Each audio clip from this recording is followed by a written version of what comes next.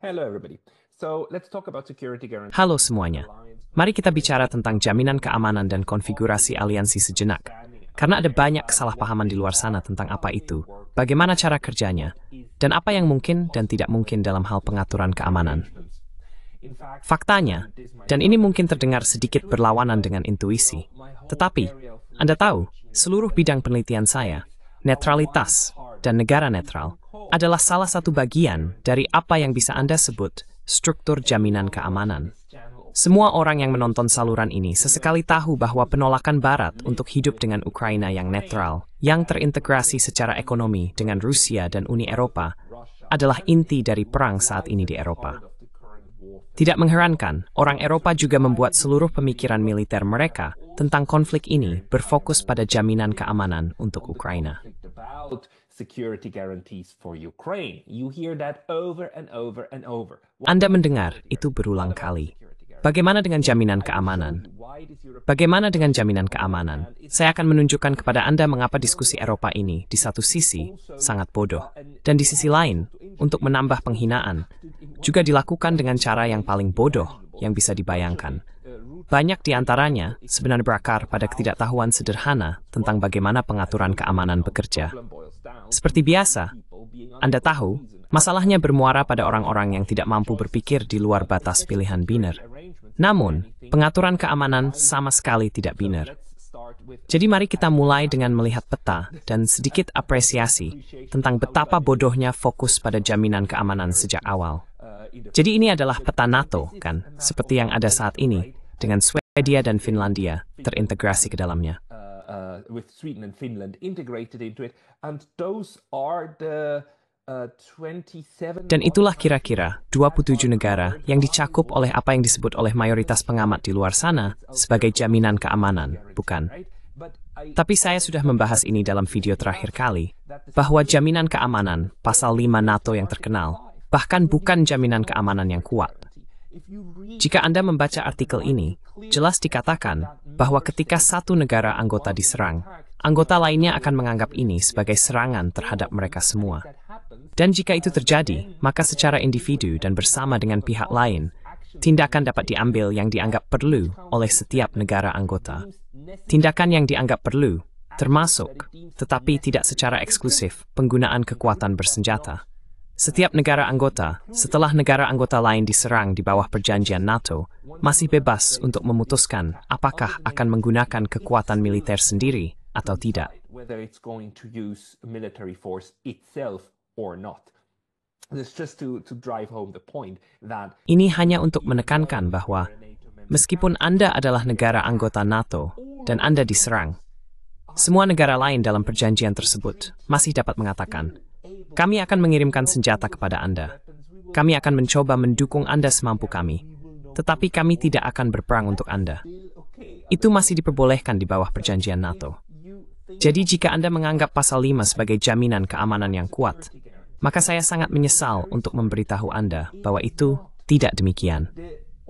Tentu saja, biaya politik bagi anggota yang tidak datang untuk membantu militer salah satu anggota lainnya akan sangat besar. Dan harapannya adalah bahwa anggota akan berperang. Tetapi perjanjian tersebut sebenarnya tidak mewajibkan negara-negara untuk melakukannya. Itu adalah pilihan, bukan keharusan, bukan? it's an option, it's not a must, right? And if we just look for 1 second at Dan jika kita melihat sejenak pada peta dunia, Anda juga menyadari bahwa wilayah NATO tidak begitu besar, bukan? Dan ketika kita melihat tempat lain di dunia yang memiliki perjanjian keamanan atau jaminan keamanan, cara orang Eropa saat ini berpikir bahwa satu-satunya hal yang mungkin untuk Ukraina adalah memiliki jaminan keamanan. Hanya ada beberapa tempat lain yang dilindungi dengan jaminan keamanan yang kuat.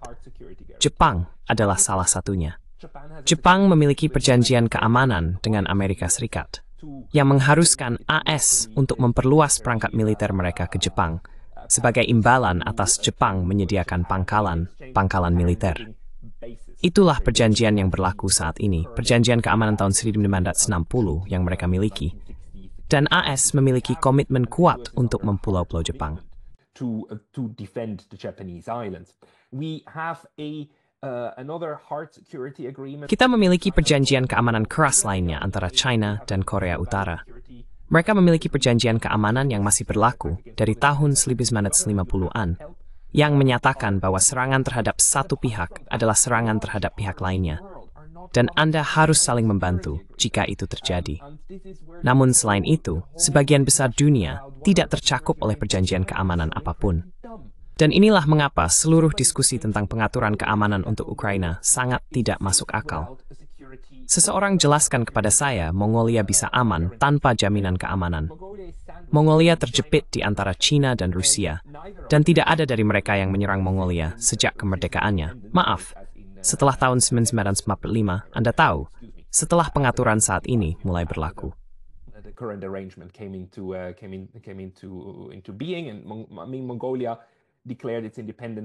Mongolia mendeklarasikan kemerdekaannya sekitar tahun 1911. Dan ini memiliki pasang surutnya. Namun Mongolia tidak pernah memiliki perjanjian keamanan yang ketat dengan negara lain, tidak pernah memiliki jaminan keamanan, dan Mongolia tidak diserang. Saat ini Mongolia tidak diserang. Kazakhstan, Rusia tidak menginvasi Kazakhstan. Rusia tidak menginvasi Uzbekistan. Rusia tidak menginvasi Turkmenistan. Rusia tidak menginvasi siapapun, dan tidak ada yang khawatir. Turkmenistan tidak khawatir akan diinvasi oleh Rusia. Turkmenistan secara resmi mendeklarasikan netralitasnya, dan netralitasnya bekerja dengan baik untuk Turkmenistan. Bagaimana mungkin orang Eropa terus berpikir bahwa satu-satunya hal yang dapat menjaga keamanan Ukraina adalah jaminan keamanan yang ketat ketika kita memiliki begitu banyak contoh?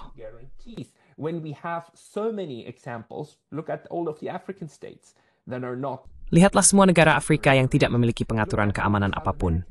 Lihatlah semua negara Amerika Selatan yang tidak memiliki pengaturan keamanan. Bagaimana mungkin begitu banyak tempat di bumi tidak memiliki jaminan keamanan yang kuat, dan mereka aman?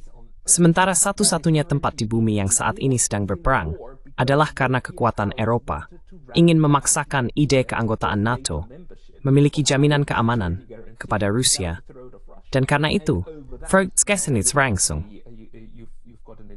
Edi terkateling am eksis dalam hubungan internasional, alagake tetap tukuen naso.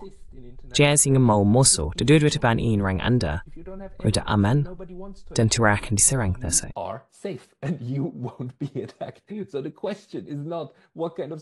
Jadi pertanyaannya bukanlah jenis jaminan keamanan apa, atau siapa yang bisa menjanjikan keamanan kepada Anda.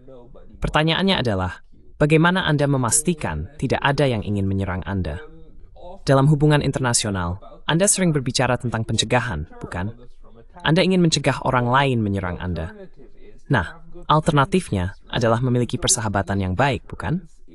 Anda tidak perlu pencegahan jika Anda dikelilingi hanya oleh negara-negara yang ingin berbisnis dengan Anda, seperti Mongolia yang berbisnis dengan Rusia dan China, seperti Kazakhstan yang berbisnis dengan Rusia dan China, seperti kebanyakan negara di dunia yang berbisnis dengan semua orang. Satu-satunya yang terjebak dan berpikir bahwa satu-satunya hal yang membuat negara lain tidak menyerang Anda adalah aliansi keamanan keras, adalah Euro-Amerika.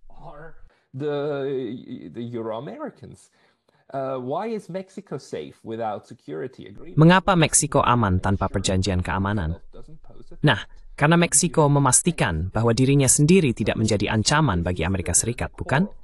Dan inilah inti dari kebodohan wacana saat ini.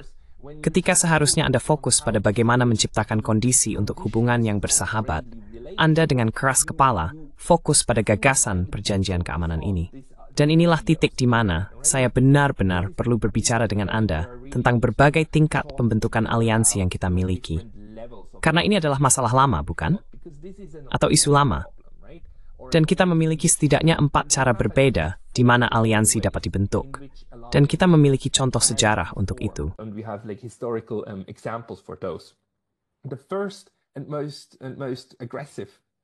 Bentuk aliansi yang pertama dan paling agresif adalah aliansi ofensif.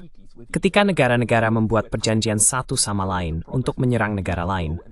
Jadi janjinya adalah untuk pergi dan menyerang negara ketiga.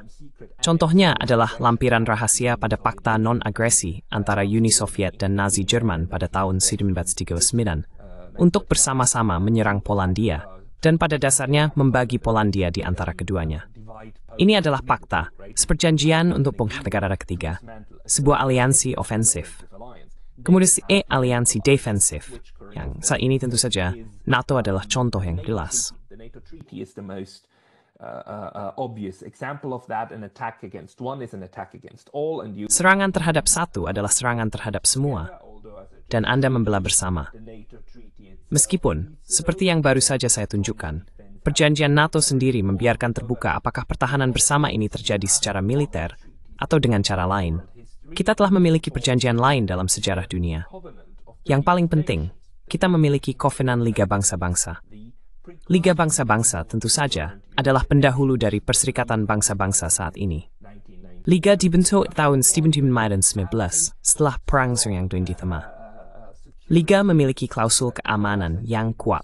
Saya pikir itu ada UMLM yang mengatakan jika side Australia diserang, maka menggunakan kekuatan militer untuk menangkis serangan terhadap anggota tersebut. Force to repel the attack against the member. So that was a stronger version, actually, the League of Nations. Jadi itu adalah versi yang lebih kuat sebenarnya, Liga Bangsa-Bangsa, pasal 16, dibandingkan dengan pasal 5 dari Piagam NATO. Kemudian tingkat berikutnya, satu langkah ke bawah, adalah perjanjian non-bantuan pasif. Ini juga dalam sejarah disebut sebagai Pakta Netralitas. Janjinya di sini adalah jika Anda membuat perjanjian non-bantuan pasif seperti itu, Anda berjanji bahwa Anda, sebagai salah satu pihak dalam perjanjian ini, tidak akan bergabung dalam pertempuran melawan pihak lainnya. Jadi, saat ini adalah sesuatu yang saat ini pada dasarnya Rusia dan Korea, serta Rusia dan China dan Iran telah menyepakati. Ini juga yang disepakati antara Jepang dan Uni Soviet dalam Perang Dunia Kedua. Was concluded between Japan and the Soviet Union in the Second World War. It's the promise that you won't. Ini adalah janji bahwa Anda tidak akan bergabung dengan aliansi lain atau negara lain dan bersama-sama menyerang pihak lain.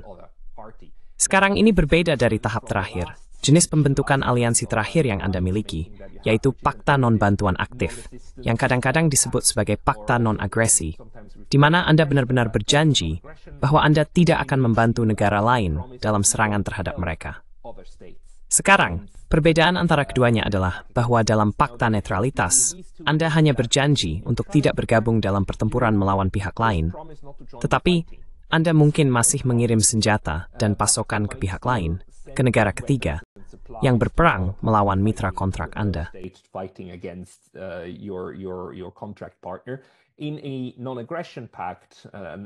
Dalam Pakta Non-Agresi, sebuah Pakta Non-Bantuan Aktif, Anda berjanji bahwa Anda juga tidak akan melakukan itu. Anda tidak akan mengirimkan jenis pasokan apapun ke negara ketiga yang masih berperang dengan mitra lainnya. Dalam Perang Dunia Kedua, kami memiliki situasi seperti itu. Jepang menginginkan Pakta Non-Agresi dengan Uni Soviet. Jepang menginginkan janji dari Uni Soviet bahwa mereka tidak akan mendukung negara ketiga melawannya. Namun, Uni Soviet tidak bersedia mengganti Soklu karena mereka ingin membantu Tiongkok, Chiang Kai-shek, untuk melawan Jepang.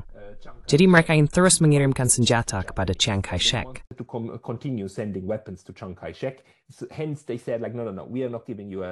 Jadi mereka berkata, tidak. Kami tidak memberikan Anda Pakta Netralitas. Maaf, kami tidak memberikan Anda Pakta Agresi. Kami hanya memberikan Anda Pakta Netralitas. Jadi itulah contoh-contoh sejarahnya. Dan semua fakta ini mungkin, dan semua fakta ini hanya masalah apa yang ingin dilakukan oleh negara-negara. Sekali lagi, di bawah hukum internasional, tidak ada dari fakta-fakta ini, kecuali sekarang untuk aliansi ofensif. Aliansi ofensif di bawah Piagam Perserikatan Bangsa-Bangsa tidak diizinkan lagi. Tetapi selain itu, Anda bebas untuk membuat jenis fakta semacam itu. Dan disinilah saya ingin menunjukkan bahwa ketika kita berbicara tentang keamanan untuk Ukraina dan netralitas untuk Ukraina,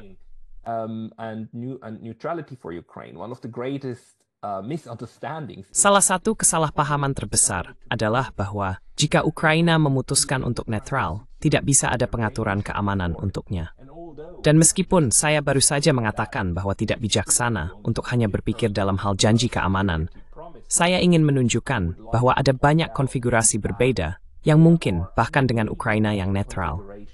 Negara netral dapat memiliki jaminan keamanan oleh negara ketiga.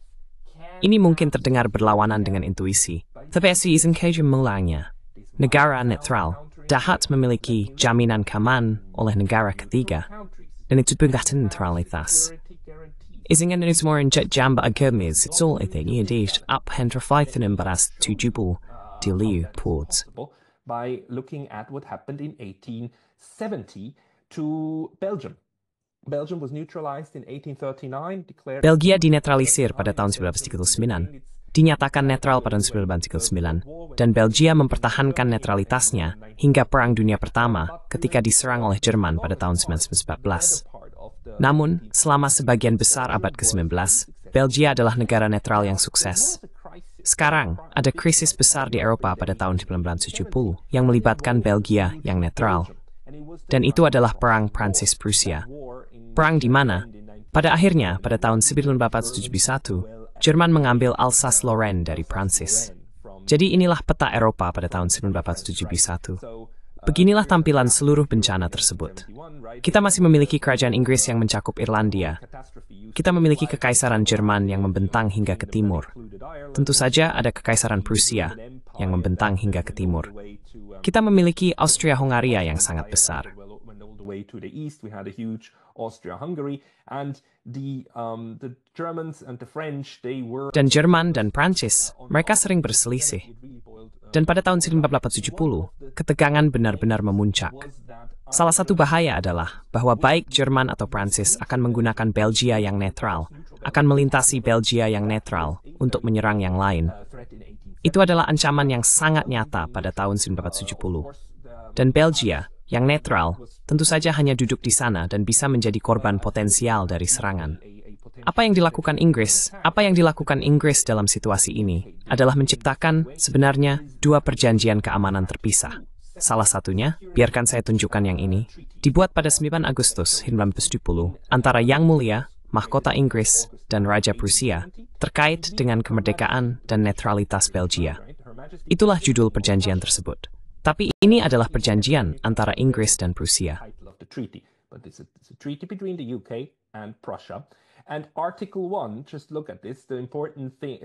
Dan pasal 1, lihatlah ini. Bagian penting di sini mengatakan bahwa mengingat Belgia netral dan Belgia penting, negara penyangga netral ini penting untuk keamanan Prusia, bahwa Yang Mulia, Ratu Kerajaan Inggris Raya dan Irlandia di pihaknya, menyatakan bahwa jika selama permusuhan antara Prancis dan Jerman, tentara Prancis melanggar netralitas Belgia, dia akan siap bekerja sama dengan Yang Mulia Prusia untuk pertahanan Belgia, menggunakan angkatan laut dan angkatan bersenjatanya untuk tujuan itu. Jadi, Inggris membuat kesepakatan dengan Jerman, dengan Prusia Jerman, bahwa jika Prancis mencoba melintasi Belgia, menyerang Belgia, maka Inggris akan bergabung dengan Jerman dalam mempertahankan Belgia melawan Prancis.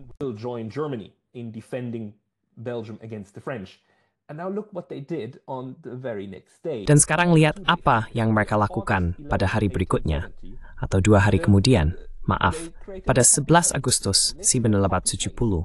Mereka membuat salinan persis dari seluruh perjanjian kali ini antara Yang Mulia dan Kaisar Prancis, bahwa jika selama permusuhan tentara Konfederasi Jerman Utara dan sekutunya melanggar netralitas Belgia, dia akan siap bekerja sama dengan Yang Mulia Kaisar untuk pertahanan Belgia. Untuk tujuan itu angkatan laut dan angkatan bersenjatanya.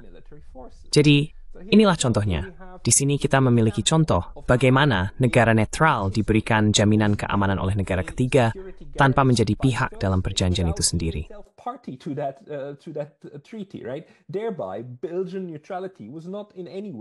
Dengan demikian, netralitas Belgia sama sekali tidak terpengaruh. Belgia tidak melanggar netralitasnya. Belgia bukan anggota aliansi. Negara-negara lain yang membentuk aliansi di sekitarnya sebenarnya sebuah kunci ganda dalam contoh ini. Pada akhirnya, Inggris memiliki kesepakatan dengan Prancis untuk membela Belgia melawan Jerman jika mereka menyerang. Dan Inggris juga memiliki kesepakatan dengan Jerman untuk membela Belgia melawan Prancis jika mereka menyerang. Jadi Belgia akhirnya berada di luar sebagai penerima manfaat dari perjanjian keamanan ganda. Inilah tingkat mungkin untuk menciptakan pengaturan keamanan. Sekarang, Anda harus tahu pada tahun 1914 ketika akhirnya Jerman menyerang Belgia untuk menyerang Prancis. Belgium in order to attack France, that was the main reason. Alasan utama Inggris menyatakan perang terhadap Jerman adalah karena mereka mengatakan secara hukum, kami masih memiliki perjanjian yang berlaku dengan Prancis. Jadi perjanjian ini adalah argumen hukum utama yang digunakan pada tahun 1914 bagi Inggris untuk bergabung dalam Perang Dunia Pertama di pihak Prancis. Jangan salah paham, perjanjian keamanan ini bisa sangat berbahaya dan rumit, dan mereka bisa menyebabkan efek berantai. Memang, imilik perpanjangan nol. Any signing Michaelis netral, that is bermanfaat dari perjanjian keamanan. Be the beneficiary of a security agreement. So in theory, you could think about something like. Jadi, secara teori, Anda bisa memikirkan sesuatu seperti Amerika Serikat dan Rusia. Keduanya menjanjikan negara lain untuk datang menyelamatkan Ukraina jika Ukraina diserang oleh negara ketiga, tanpa Ukraina sebenarnya menjadi pihak dalam perjanjian tersebut, dan dengan demikian tetap memiliki Ukraina yang netral. Jika itu benar-benar terjadi atau akan menjadi kenyataan, itu tidak akan melanggar netralitas Ukraina. Sekali lagi, hubungan internasional sangat fleksibel, dan hukum internasional memungkinkan banyak konfigurasi berbeda tentang jenis perjanjian apa yang bisa dan tidak bisa dibuat. Negara-negara yang tunduk pada pengaturan keamanan tertentu tidak harus menjadi bagian dari pengaturan tersebut.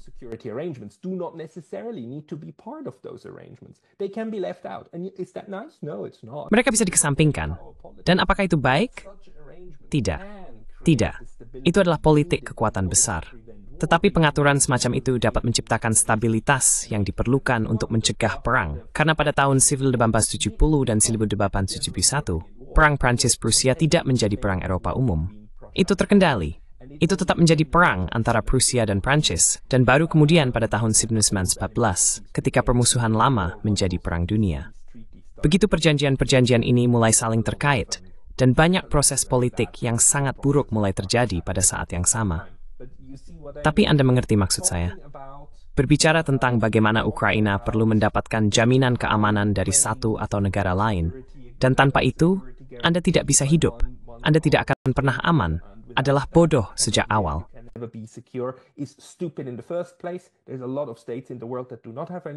Ada banyak negara di dunia yang tidak memiliki pengaturan keamanan apapun, dan mereka tetap aman. Mereka tidak diserang. Mereka saat ini hidup bahagia dan dalam kemakmuran besar. Coba pikirkan tentang Liechtenstein yang kecil, dan bagaimana Liechtenstein tidak diserang baik oleh Swiss maupun Austria. Pikirkan tentang Luxembourg, pikirkan tentang Singapura, pikirkan tentang Indonesia, pikirkan tentang Malaysia, pikirkan tentang semua negara yang tidak memiliki pengaturan keamanan dan jaminan keamanan, dan tetap aman. Di sisi lain, ini juga argumen yang bodoh. Karena ada banyak cara di mana pengaturan keamanan dapat dibentuk, jika itu satu-satunya cara yang bisa dipikirkan orang-orang ini. Tetapi Anda bisa memiliki Ukraina yang netral, dan Anda masih bisa memiliki beberapa bentuk pengaturan keamanan.